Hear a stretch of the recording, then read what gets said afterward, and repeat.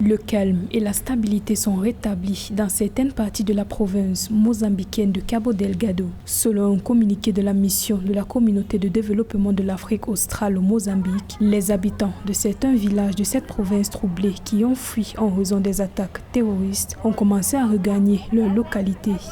La position officielle du gouvernement mozambicain est à saluer, mais quand même il faut se rendre compte à l'évidence, comme à l'instar du Mali, comme à l'instar du Tchad, comme à l'instar de la RCA, il est normal que le gouvernement mozambicain fasse appel à ses voisins extérieurs parce que c'est un problème qui risque de se métastaser. Compte tenu de la nature de la menace qui est exogène, qui est latente, lancinante et qui risque de se métastaser, le gouvernement mozambicain a privilégié la démarche communautaire avec les pays de la SADC pour limiter l'expansion de ce nouveau fléau.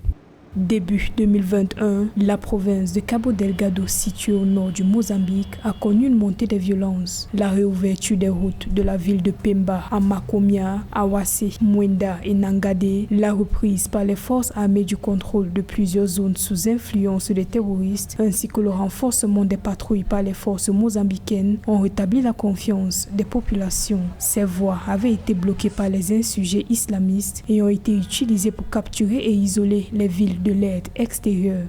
Ce qui se passe au Mozambique, au Cabo Delgado, révèle de la course effrénée pour les ressources stratégiques en Afrique. Les dernières découvertes de gaz et de pétrole dans les côtes mozambicaines ont soudain exacerbé des tensions. On a vu l'apparition de pseudo-rebelles islamiques alliés au Shebab qui ont occupé une certaine portion du territoire mozambicain. Ils ont pris de court les forces gouvernementales et la riposte a été telle que les Shebab ont dû se replier. Que depuis que les pays de la SADC se sont mobilisés, en tête l'Afrique du Sud, il y a un semblant de paix, mais quand même il ne faut pas dormir sur nos lauriers parce que les menaces de déstabilisation sont toujours présentes.